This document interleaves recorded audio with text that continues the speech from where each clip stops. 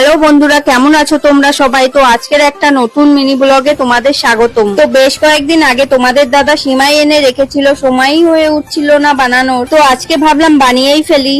আজকে তৈরি হচ্ছে সিমাই, পনির আলুর তরকারি আর লুচি। তো কে কে খাবে তোমরা চলে এসো।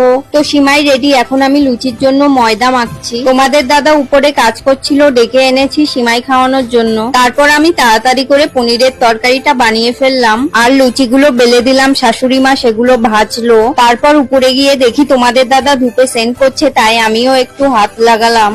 দুজনে মিলে করলে কাজটা একটু তাড়াতাড়ি হয়ে যাবে। দুজনে দুপুরে তাড়াতাড়ি খেয়ে নিতে পারলাম। তারপর তোমাদের দাদা সন্ধ্যাবেলায় মার্কেটে বেরোচ্ছে। আজ আবার এক জায়গায় হালখাতাও ছিল। ইস, ব্যাগটা গাবলুর উপরে রাখলো। আজ দেখো কতটা মিষ্টি এনেছে। আমি ভাই মিষ্টি প্রিয় মানুষ, মিষ্টি দেখলে লোভ সামলাতে পারি না। কে কে খাবে চলে এসো। আজকের মিনি ব্লগ এখানেই শেষ করছি। তোমাদের সাথে দেখা হচ্ছে নেক্সট মিনি ব্লগে।